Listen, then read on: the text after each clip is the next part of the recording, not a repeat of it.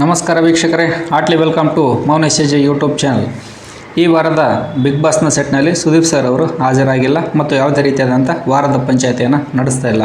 ಇದಕ್ಕೆ ಕಾರಣ K C ಸಿನ ಮ್ಯಾಚ್ಗಳು ಈಗ ಸ್ಟಾರ್ಟ್ ಆಗಿರತಕ್ಕಂಥದ್ದು. ಆದ್ದರಿಂದ ಆ ಮ್ಯಾಚ್ಗಳಲ್ಲಿ ಭಾಗವಹಿಸೋದಕ್ಕೆ ಸುದೀಪ್ ಸರ್ ಅವರು ಹೋಗಿರತಕ್ಕಂಥ ಕಾರಣದಿಂದಾಗಿ ಬಿಗ್ ಬಾಸ್ನ ಸೆಟ್ನಲ್ಲಿ ಅವರು ಈ ವಾರದ ಪಂಚಾಯಿತಿಯನ್ನು ನಡೆಸ್ತಾ ಇಲ್ಲ. ಅದರ ಬದಲಾಗಿ ಬಿಗ್ ಬಾಸ್ ಮನೆಗೆ ಒಂದು ನ್ಯಾಯಾಧೀಶರನ್ನು ಕಳಿಸಿದ್ದಾರೆ.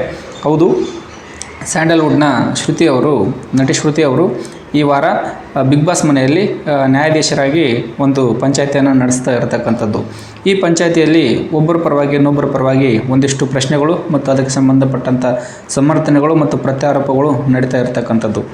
ಇದೀಗ ಒಂದು ಪ್ರೋಮೋ ಅನ್ನೋಂಥದ್ದು ರಿಲೀಸ್ ಮಾಡಿದ್ದಾರೆ. ಅದು ವಿನಯ್ಗೆ ಸಂಬಂಧಪಟ್ಟಂತೆ ಇದು ಭಾಳಷ್ಟು ಇಂಟ್ರೆಸ್ಟಿಂಗ್ ಆಗಿರತಕ್ಕಂಥದ್ದು. ಯಾಕಂತಂದರೆ ವಿನಯ್ ಅವರ ವಿರುದ್ಧ ಅವರ ಆಪ್ತರೇ ಒಂದಿಷ್ಟು ಆರೋಪಗಳನ್ನು ಮಾಡ್ತಾ ಇರ್ತಕ್ಕಂಥದ್ದು. ಅದರಲ್ಲಿ ನಮ್ರತಾ ಅವರು ಕೂಡ ವಿನಯ್ ಅವರ ವಿರುದ್ಧವಾಗಿ ಒಂದಿಷ್ಟು ಆರೋಪಗಳನ್ನು ಮಾಡ್ತಾ ಇದ್ದಾರೆ.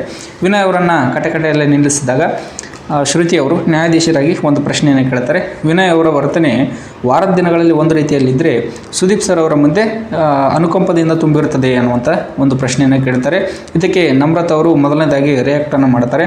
ಹೌದು, ಅವರು ಸುದೀಪ್ ಸರ್ ಮಾತಾಡಬೇಕಾದ್ರೆ ತುಂಬಾ ಮೆಲೋಡೌನ್ ಆಗಿ ಮಾತಾಡ್ತಾರೆ, ಆದರೆ ನನ್ನಂಥ ರೂಡಾಗಿ ಮಾತಾಡ್ತಾರೆ.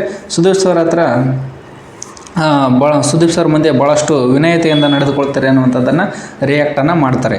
ಆಗ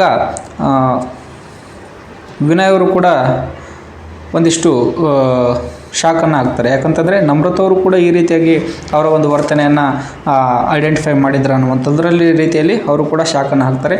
ನಂತರದಲ್ಲಿ ಸಂಗೀತ ಅವರು ಅವ್ರ ಮೇಲೆ ಆರೋಪವನ್ನು ಮಾಡ್ತಾರೆ. ಹೌದು, ಅವರು ನನ್ನ ಹತ್ರ ವಾರದ ಪೂರ್ತಿಯಾಗಿ ರೂಢಾಗಿ ನಡ್ಕೊತಾರೆ ಮತ್ತು ನನ್ನನ್ನು ಆಡ್ಕೊಳ್ತಾರೆ, ಈ ರೀತಿಯಾಗಿ ವರ್ತನೆಯನ್ನು ಮಾಡ್ತಾರೆ. ಆದರೆ ಸುದೀಪ್ ಸರ್ ಬಂದಾಗ ಸೈಲೆಂಟಾಗಿ ಅವ್ರ ಮುಂದೆನೇ ಸೈಲೆಂಟಾಗಿ ಏನು ನಡೆದೇ ಇಲ್ಲ, ಏನು ಮಾಡೇ ಇಲ್ಲ ಅನ್ನೋ ರೀತಿಯಲ್ಲಿ ವಿನಯತೆಯನ್ನು ತೋರ್ತಾರೆ ಅನ್ನುವಂಥದ್ದನ್ನು ಅವರು ಮಾಡಿರ್ತಕ್ಕಂಥ ಆರೋಪ.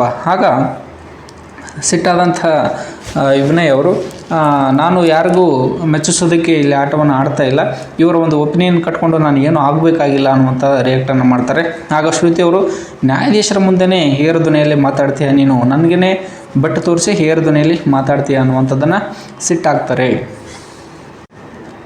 ಶ್ರುತಿ ಅವರು, ಹೌದಾ ವಿನಯ್, ನಿಮ್ಮ ತಪ್ಪುಗಳನ್ನು ಕವರ್ ಮಾಡೋದಕ್ಕೋಸ್ಕರ ನೀವು ಸುದೀಪ್ ಸರ್ ಅವರ ಮುಂದೆ ವಿನಯತೆಯಿಂದ ಮತ್ತು ನಮ್ರತೆಯನ್ನು ನಡೆದುಕೊಳ್ತೀರಾ, ಸೈಲೆಂಟಾಗಿ ಇರ್ತೀರಾ ಅನ್ನುವಂಥ ಪ್ರಶ್ನೆಯನ್ನು ಕೇಳಿದಾಗ ಭಾಳಷ್ಟು ಸಿಟ್ಟಾಗಿಯೇ ವಿನಯ್ ಅವರು ಅದಕ್ಕೆ ರಿಪ್ಲೈಯನ್ನು ಮಾಡ್ತಾರೆ.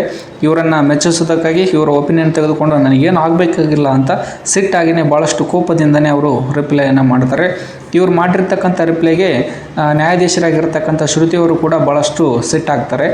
ನನ್ನ ಹತ್ರನೇ ನನ್ನ ಮುಂದೆನೇ ನೀನು ಇಷ್ಟೊಂದು ಆವಾಜಾಗಿ ಮಾತಾಡ್ತೀಯಲ್ಲ ಅನ್ನುವಂಥ ಒಂದು ನಿಟ್ಟಿನಲ್ಲಿ ಅವರು ಕೂಡ ಭಾಳಷ್ಟು ರೈಸ್ ಆಗಿರತಕ್ಕಂಥ ಒಂದು ಪ್ರೋಮೋ ಇದರಲ್ಲಿ ಕಾಣ್ಬೋದು.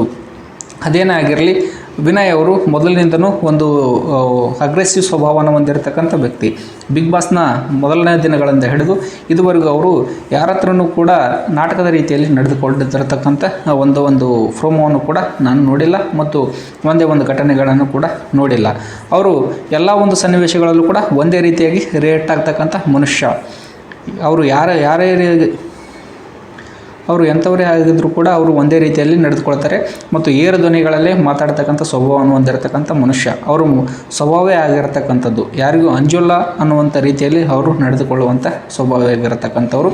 ಆದರೆ ಸುದೀಪ್ ಸರ್ ಅವರ ಮುಂದೆ ಸೈಲೆಂಟಾಗಿರೋದಕ್ಕೆ ಕಾರಣ ಏನು, ಅವರು ಏನಾದರೂ ನಾಟಕ ಮಾಡ್ತಾ ಇದ್ದಾರಾ ಅನ್ನುವಂಥ ಒಂದು ಪ್ರಶ್ನೆಗಳನ್ನು ಮತ್ತು ಅನುಮಾನಗಳನ್ನು ಮನೆ ಮಂದಿಯೆಲ್ಲ ಹೊಂದಿರತಕ್ಕಂಥದ್ದು ಈ ಒಂದು ಪ್ರೋಮೋದಲ್ಲಿ ನೋಡಬಹುದು.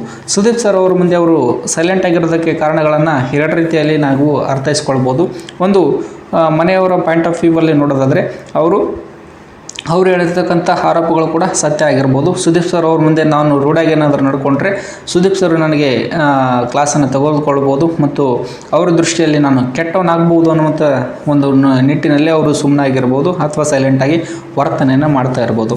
ಇನ್ನೊಂದು ಪಾಯಿಂಟ್ ಆಫ್ ವ್ಯೂವಲ್ಲಿ ನೋಡೋದಾದರೆ ಅವರು ವಾರದ ಒಂದು ಆಟಗಳಲ್ಲಿ ಏನೇ ಆಟ ಆಡಿದರೂ ಕೂಡ ಸುದೀಪ್ ಸರ್ ಬಂದಾಗ ಅವರು ರೆಸ್ಪೆಕ್ಟನ್ನು ಕೊಟ್ಟು ನಡೆದುಕೊಳ್ಳುವಂಥ ರೀತಿ ಆಗಿರ್ಬೋದು. ಸುದೀಪ್ ಸರ್ಗೆ ರೆಸ್ಪೆಕ್ಟ್ ಕೊಡುವಂಥ ಒಂದು ಮಾದರಿಯನ್ನು ಇಟ್ಟುಕೊಂಡು ಆಟವನ್ನು ಆಡ್ತಕ್ಕಂಥ ಒಂದು ಸನ್ನಿವೇಶವು ಕೂಡ ಆಗಿರಬಹುದು ಅನ್ನುವಂಥದ್ದು ನನ್ನ ಅನಿಸಿಕೆ. ನೀವು ಯಾರಿಗೆ ವೋಟ್ ಮಾಡ್ತೀರಿ ಅನ್ನುವಂಥದ್ದನ್ನು ಈ ದಿನ ಕಾಮೆಂಟ್ ಮಾಡೋಕೆ ತಿಳಿಸಿ ಹೇಳ್ರಿ. ಮತ್ತು ಸುದೀಪ್ ಸರ್ ಅವರ ವಾರದ ಕತೆ ಕಿಚ್ಚನ ಜೊತೆಯನ್ನು ಎಷ್ಟು ಮಿಸ್ ಆಗ್ತಿದ್ದೀರಿ ಅನ್ನುವಂಥದ್ದನ್ನು ಕೂಡ ತಿಳಿಸ್ರಿ. ಮತ್ತು ಕಿಚ್ಚನ ಚಪ್ಪಾಳೆ ಕೂಡ ಈ ವಾರ ಇರುವುದಿಲ್ಲ, ಯಾಕಂದರೆ ಸುದೀಪ್ ಸರ್ ಇಲ್ಲದ ಕಾರಣ